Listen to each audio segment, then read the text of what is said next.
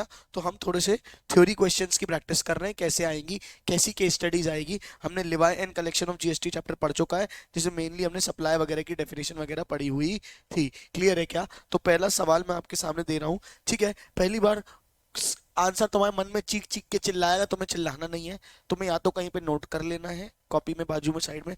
अभी प्रेजेंटेशन या answer writing practice की नहीं करा रहा हूँ, सिर्फ सोचने की करा रहा हूँ। तो आपको आंसर लिख लेना है और हाथ खड़ा कर देना है। प्लीज आपस में आंसर डिस्कस ना करेंगे तो ज्यादा अच्छा रहेगा, क्योंकि एकदम माइन्यूट सी गलती होती है, फटाक से आंसर डिस्कस होके आपका पूरा कॉन्सेप्ट खत्म हो जाएगा। तो सब लोग अपना अपना सॉल्व करेंगे, कोई किसी से कुछ डिस्कशन नहीं करेगा। पहले तो देखो एकदम बेसिक क्वेश्चन क्या है, ये तो थ्योरी क्वेश्चन है, ये भी डिस्कस नहीं करना, मैं बता रहा हूँ।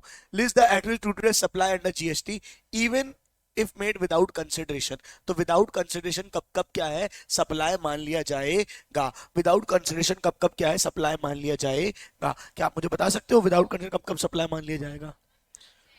शेड्यूल 1 और शेड्यूल 1 के अंदर जितने हमने ट्रांजेक्शन पढ़े थे वो सारे क्या थे? परमानेंट ट्रांसफर ऑफ असेट्स, जिसमें आईटीसी ले चुके हैं। दूसरा क्या था? डिस्टिंक्ट पर्सन, ठीक है क्या? और डीम डिस्टिंक्ट पर्सन, प्रिंसिपल ने एजेंट को दिया, एजेंट ने प्रिंसिपल को दिया, और इंपोर्ट ऑफ सर्विसेज। याद आया?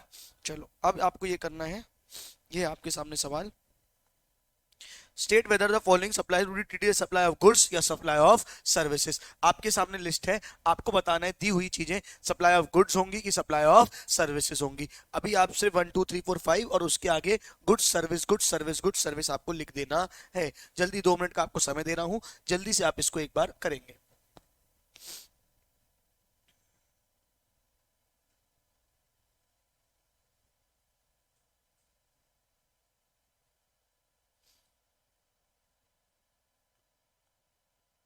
Renting of immovable property goods होगी या सर्विस, आपको सोचना है। Transfer of right in goods without transfer of title in goods, goods होगी या सर्विस, आपको सोचना है। वर्क्स कॉन्ट्रैक्ट सर्विस, सर्विस होगी कि गुड होगी, आपको सोचना है। Temporary transfer of permitting use of enjoyment of any intellectual property right, आपने इंटेलेक्चुअल प्रॉपर्टी राइट को टेम्पररी ट्रांसफर किया है यूज करने के लिए, वो होगा। Sale of personal car to dealer, अपने पर्सनल कार को अपने डीलर को बेच दी, क्या होगा? सप्लाई ऑफ गुड्स होगा या सप्लाई ऑफ सर्विस होगा। आपको 5 के 5 में गुड्स या सर्विस में बाइफरकेट करना है। 2018 में ये ओल्ड कोर्स में एग्जाम में आया हुआ क्वेश्चन है। हो गया क्या? जल्दी 2 मिनट और दूं क्या?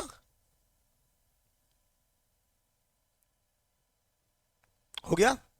पहला रेंटिंग ऑफ इमूवेबल प्रॉपर्टी क्या है? Supply of service. दूसरा transfer of right in goods without transfer title in goods, supply of service.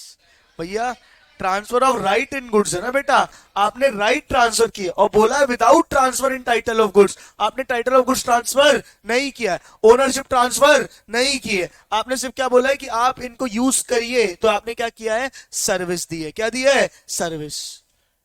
तीसरा वर्क्स कॉन्ट्रैक्ट सर्विसेज, ये क्या बात हुई, नाम में ही सर्विस है, ठीक है क्या? तो वर्क्स कॉन्ट्रैक्ट सर्विस भी क्या हो जाएगा? Service. Temporary transfer of permitting use of enjoyment of intellectual property right, क्या हो जाएगा? सर्विस। 5वां बताओ क्या होगा? Sale of personal car to dealer,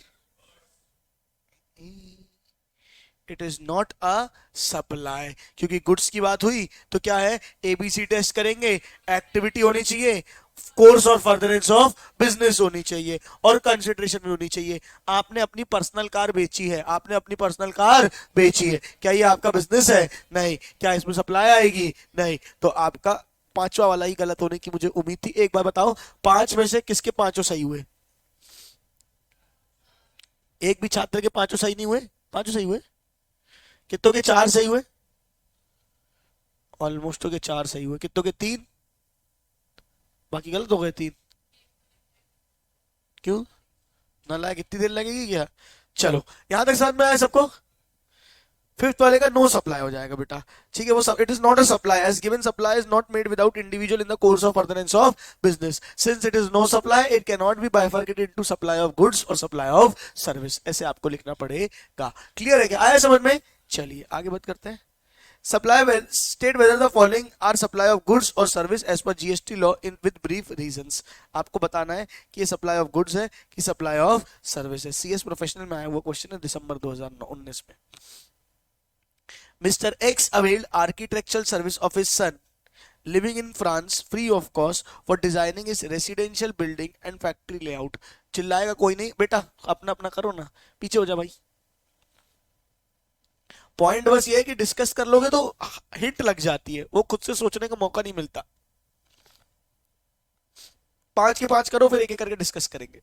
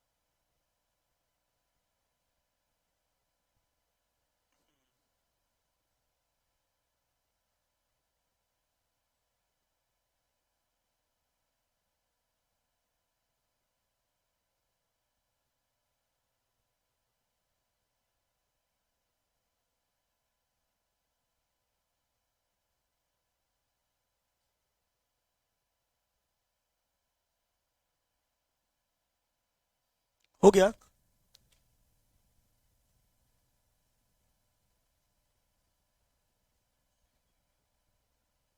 क्या मतलब? नहीं, इतना ही है। हो गए सारे? डिस्कस करें? हाँ गुरुनानी, पहले वाला बताओ। No supply. नो सप्लाई, क्यों नो सप्लाई? याद करो, तुमको चार्ट बताया था इंपोर्ट ऑफ सर्विस का। ठीक है, सर्विस लिविंग इन फ्रांस है, फ्रांस से ले रहा है। अगर पेड वाली है तो बिजनेस हो चाहे प्रोफेशन हो, दोनों को सप्लाई मान लेते हैं। लेकिन अगर फ्री वाली है तो देखेंगे रिलेटिव से आनी चाहिए, और क्या आनी चाहिए? इन course or furtherance of business आनी चाहिए। इतना आपने सोचा था? पक्का? वो पूरा चार्ट सोचा था, दिमाग में आया था? ठीक है, मैंने आपको चार्ट बनवाया था प्रॉपर, अब इसने वही बनाया।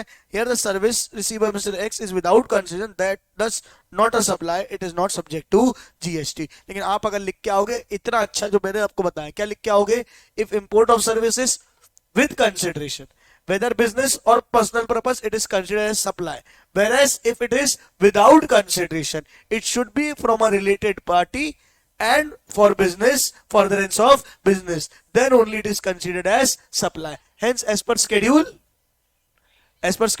3 it is not a supply। क्या बात है? विदाउट कंसिडरेशन वाली क्लियर है? All clear? विदाउट schedule 1 था ना, विदाउट कंसिडरेशन बना तो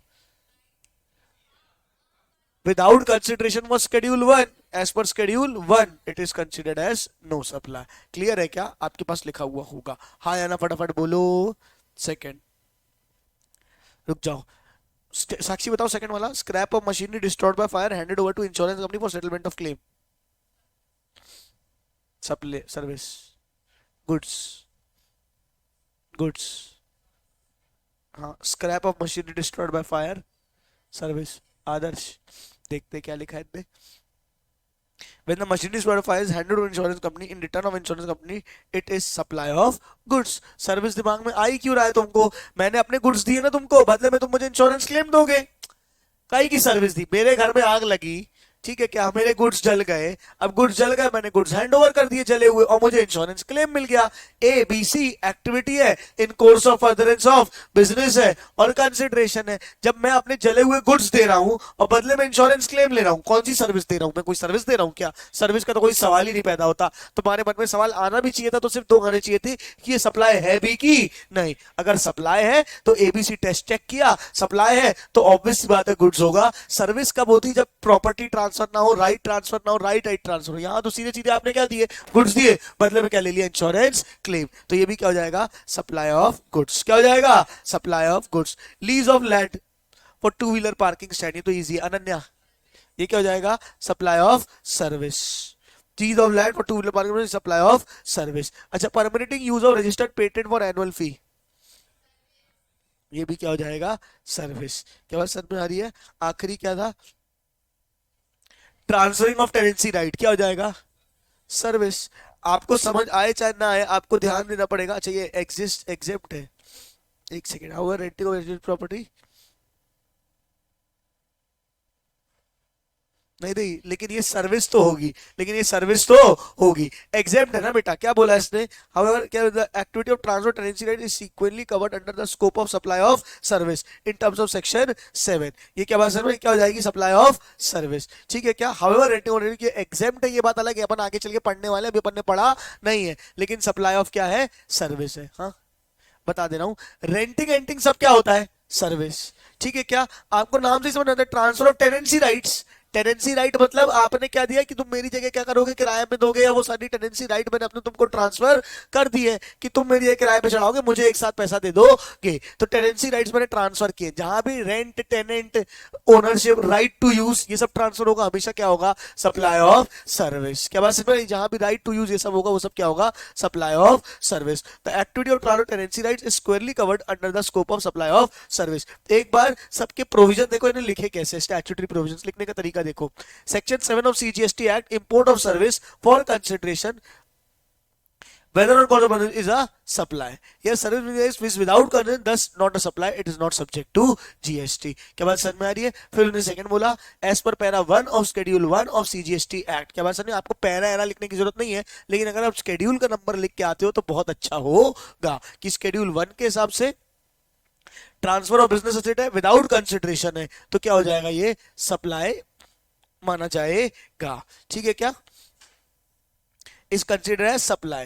machine handle to insurance company, return insurance company, it is supply of goods. क्या बात समझ में आ रही है? तो पहले सप्लाई कैसे बनी वो लिखिए प्रोविजंस, और आखिरी मैंने बताया सप्लाई ऑफ गुड्स है या सप्लाई ऑफ सर्विस है। पांचों के पांचों पॉइंट एक बार 2 मिनट के लिए देख सकते हो। कितनों के पांचों सही हुए? आई डोंट थिंक सो किसी के पांचों सही हुए होंगे। पांचों सही हुए? पहला वाला भी सही हो गया? कौन सा था पहला वाला, नो सप्लाई वाला? चलो बढ़िया, 4 सही हुए, 4 आदर्श, 4 तुम्हारे, तुम नालायक। चलो यहां तक समझ में आया तुम्हारे, 4 4 हो गए भाई तुम्हारे, अन्य 4। नेक्स्ट पढ़े, आगे बढ़े। आइए, ये सेम क्वेश्चन होगा, सिमिलर होगा, देखते हैं। Examine the following independent transaction activities according with the provisions of content in CGST act, see whether the same is constitute supply under the said act. तुमको गुड्स और सर्विस बाइफरकेट नहीं करना है, बस तुमको बताना है कि ये सप्लाई है या नहीं। अच्छा सप्लाई है या नहीं, एक बार अगर तुमको शीट दी हुई है जो मैंने, वो तुम्हारे पास हो, ठीक है क्या, वो बस मुझे बस एक बार ये बताओ कि सेक्शन नंबर कौन सा है।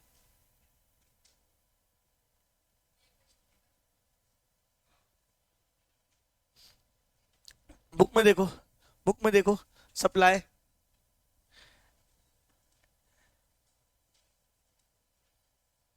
शीट में नहीं लिखा है सेक्शन नंबर, बुक में देखो एक बार। हाँ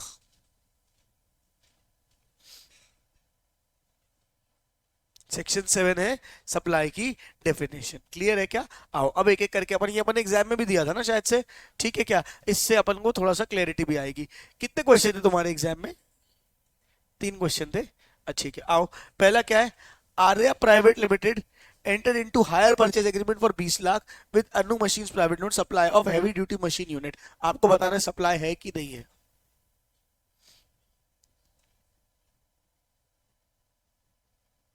अच्छा अच्छा अच्छा, रुको रुको रुको, पहले ये इस पे आते हैं अपन। फर्स्ट वाले का आंसर लिखो। Arya private limited entered into higher purchase agreement for, ने आपको बोलना नहीं, आपको लिखना है, ठीक है। एक काम करेंगे, इस आंसर को विद प्रेजेंटेशन अच्छे से लिख के दिखाएंगे प्रॉपर, कि आप अगर लिखेंगे तो कैसे लिखेंगे इस आंसर को एग्जाम में, थोड़ी सी राइटिंग प्रैक्टिस हो, समझ में आए कौन कितना अच्छा लिख रहा है। एक बार लिख के दिखाएंगे इस आंसर को पूरा।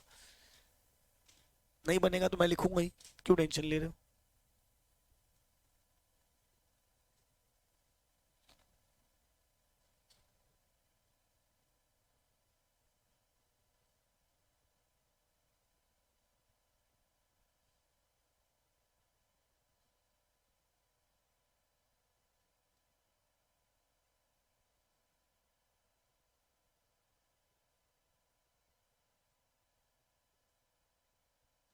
जीएसटी तो तीनों, कौन सी C GST, S GST, I GST, लिखो लिखो लिखो।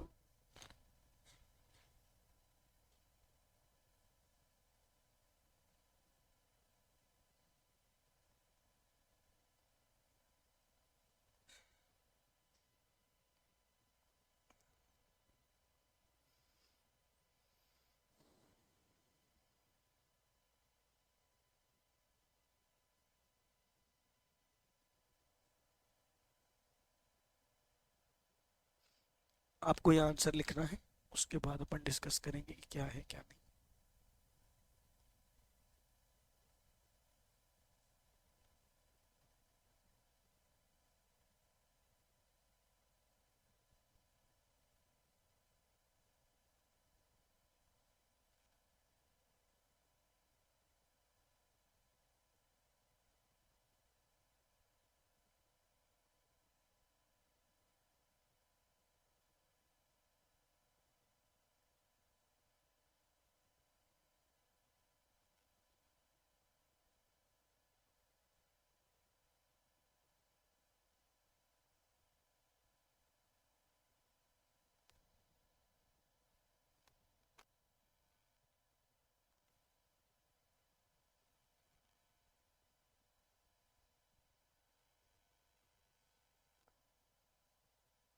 एक एक करके डिस्कस करते हैं। चलो पांचवे को बहुत टाइम लग जाएगा, नहीं तो पहला लिख लो बस।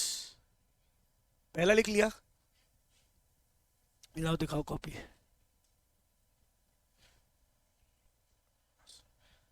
कर सकते हैं।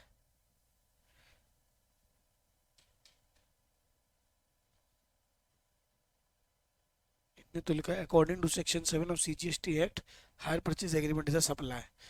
इतना सारा काय लिख दिया। लाओ दिखाओ, लाओ दिखाओ, पेपर दिखाओ, पेपर दिखाओ।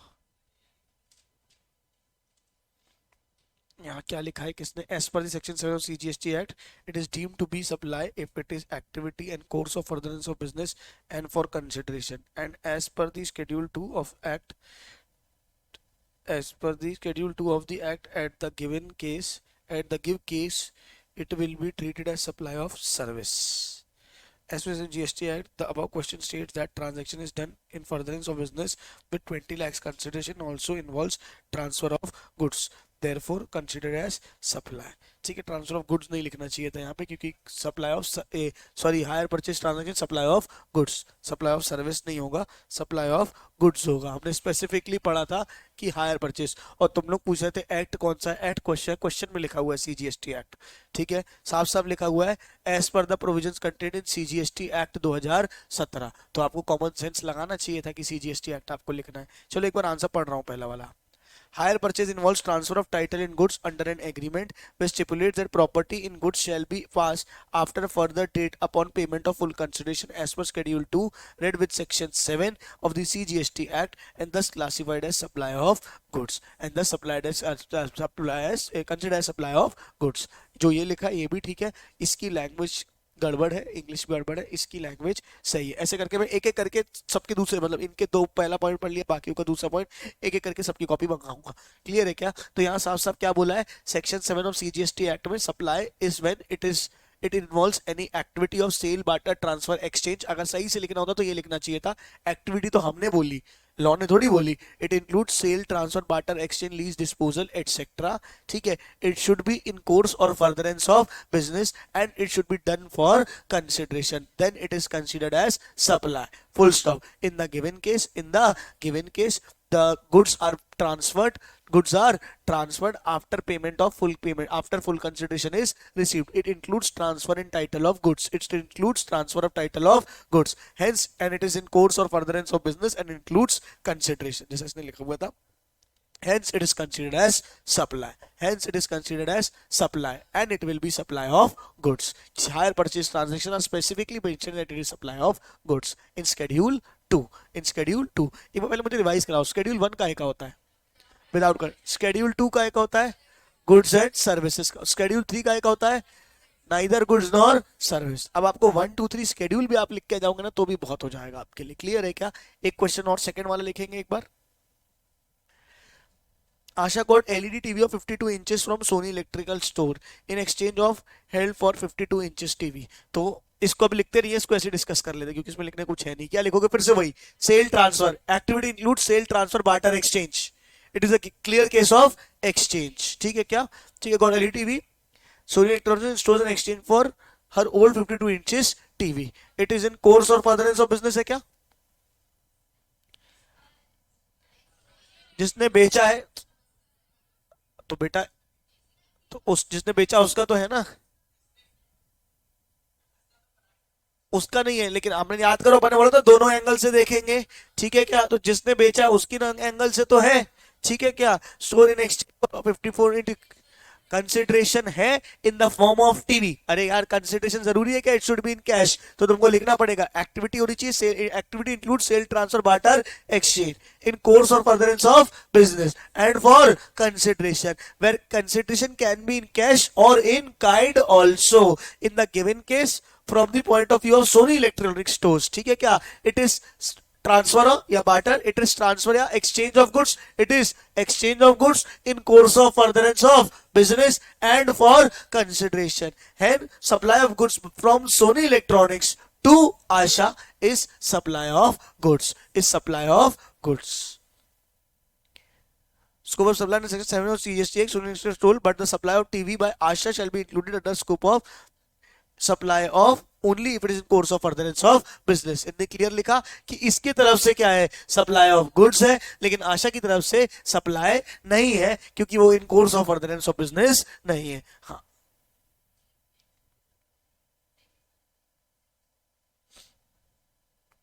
नहीं, लेकिन लिखोगे तो बेटा जब हाँ आप पूछा नहीं है, लेकिन अगर एकदम श्योर हो, जैसे हायर परचेज में एकदम श्योर थे तो लिख दो, लेकिन जहां तुमको डाउट हो रहा है ना कि गुड्स है कि सर्विस, मत लिखना क्योंकि क्वेश्चन में पूछा नहीं है। अभी अपन को श्योर है तो मैंने बता दिया सप्लाई ऑफ गुड्स है, लिखोगे तो बेटर ही है, पर गलत लिखने से अच्छा ना लिखना अच्छा है। क्या बात समझ में आ रही है? कंफ्यूज हो गुड्स है कि सर्विस है मत लिख के आओ। अगर क्वेश्चन में पूछा ये सप्लाई है कि नहीं ये बताओ, तो हम सप्लाई है कि नहीं ये बताएंगे। क्या बात समझ में आ रही? ज्यादा अपने ज्यादा बुद्धि नहीं लगे। क्लियर आ रहा है समझ में? ऐसे क्वेश्चन आएंगे आपको जीएसटी में, आपको अभी पढ़ते समय बड़ा अच्छा लगता है, लेकिन आपको बहुत ध्यान से रिटेन करनी पड़ेंगी चीजें कि किसके अंदर क्या होता था। क्या बात समझ में? नहीं तो पढ़ते समय तो बड़ा मजा आता है कि हाँ ये हो रहा है वो हो रहा है ऐसा हो रहा है वैसा हो रहा है, जब क्वेश्चन करने आओ तब क्लैरिटी समझ में आती है कि कॉन्सेप्ट कितना तगड़ा है। ये तो अभी सोचो सिर्फ सप्लाई में, अभी प्लेस ऑफ सप्लाई में कितनी कहानी होने वाली है। क्लियर है क्या? तो प्लेस ऑफ सप्लाई को मैं आखिरी में ऐसे कंक्लूड कराऊंगा, तुमको उंगलियों में रात कराऊंगा पूरा प्लेस ऑफ सप्लाई, लेकिन उसके लिए तुमको पहले एक बार पूरा वेन डायग्राम बनाना पड़ेगा, ठीक है क्या? आइए बात करते हैं अभी आगे। नेक्स्ट क्या है? थर्ड वाला,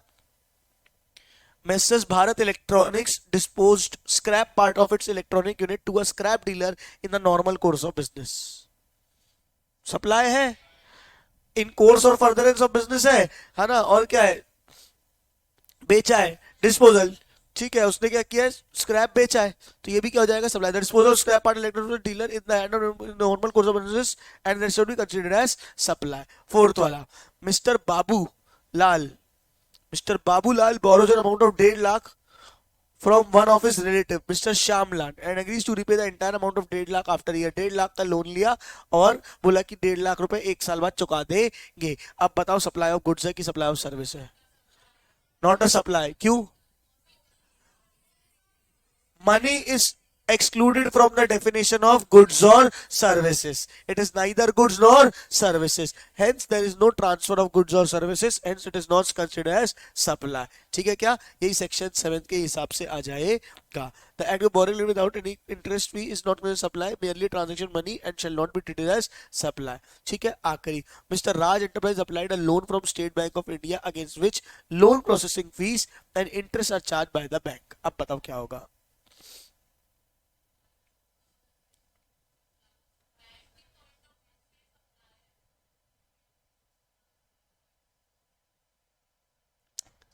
क्या सप्लाई किया उनने? कौन सी? मैंने क्या बताया था आपको? बैंक के लिए लोन लेना, लोन देना सर्विस नहीं है, ठीक है? लेकिन उसकी जो वो की है उनने, the activity of borrowing loan amount which considered in form of processing fee has been charged by State of India shall be considered supply of service। जो प्रोसेसिंग फीस ली है, जो बीच में ब्रोकरेज वगैरह ली है, याद है मैंने बताया था सिक्योरिटीज के लिए बताया था, ठीक है? Further with respect to activity of borrowing loan amount for consideration in form of interest shall be supply of service but it is fully exempt. अच्छा सॉरी, इसको भी सप्लाई ऑफ सर्विस बोलेंगे, पर इसको क्या बता दिया गया है? एग्जेम्प्ट कर दिया गया। आपने लोन लिया, बदले में क्या दिया? इंटरेस्ट लिया है, या आपने क्या किया है उसको क्या कहते हैं? दूसरा क्या था कि आपने वो ब्रोकरेज लिया या प्रोसेसिंग फीस लिया, ये भी क्या मान ली जाएगी? सप्लाई ऑफ सर्विस मान ली जाएगी। क्या मान ली जाएगी? Supply of service. क्या आप लोगों को क्वेश्चन बैंक मिली है? क्या आप लोग क्वेश्चन बैंक मिली है? नहीं मिली है, ठीक है? तो आपको बहुत जल्द एक क्वेश्चन बैंक में मिलवा दूंगा, ठीक है क्या, ये क्वेश्चन बैंक आपको मिल जाएगी, तो अपन उसको एक बार फिर मैं लेकिन देखता हूँ, प्रिंट नहीं हुई हो तो फिर मैं इसको ढंग से ही बनवाऊंगा। देखते हैं, चलो यहाँ तक समझ में आया सबको। आगे, state with brief reasons whether the following are to be treated as supply of goods, supply of service as per GST law. Transfer of business as a going concern, बताओ। Transfer of business as a going concern, हाँ ना, तभी तो दिया था क्योंकि आता है।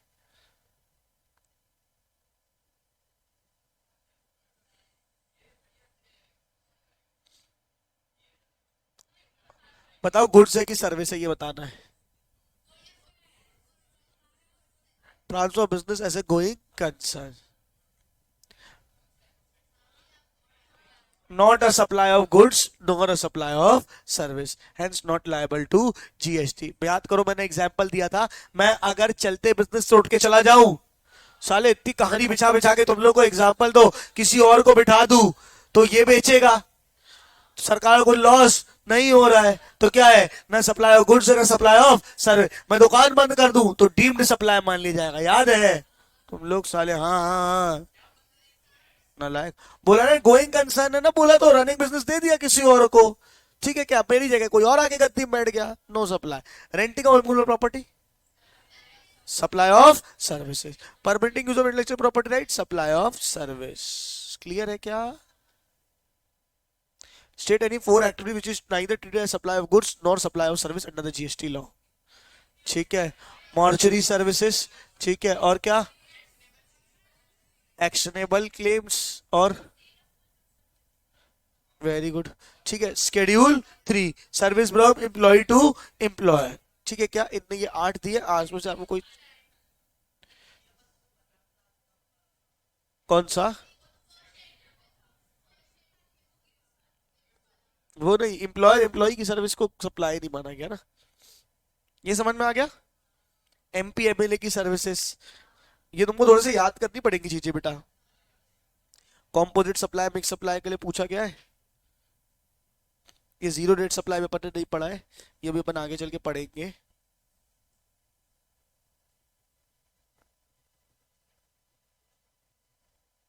चलो एक बार ये देखो, सुगंधा एंटर, ये आखिरी क्वेश्चन आज का, ठीक है। क्या दिया है, Sugandha enterprise dealers of watches leather goods and other items is supplying kit containing piece of watch wallet and a pen bundle as a combo pack of 12,500, ठीक है क्या। उसने एक कॉम्बो बना के दिया जिसमें वॉच वॉलेट और पेन है। The rates of GST on pen is 12%, wallet is 18%, watch is 28%. The selling price of individual items of watch is 11, 1 और 1500, ठीक है क्या। इंडिविजुअल आइटम इतना इतना है, पर उसने कॉम्बो बना दिया 12,500 का। सबसे बताओ nature of supply of the combo pack and the rate of GST to be charge, पहले ऐसे ही बताओ क्या होगा।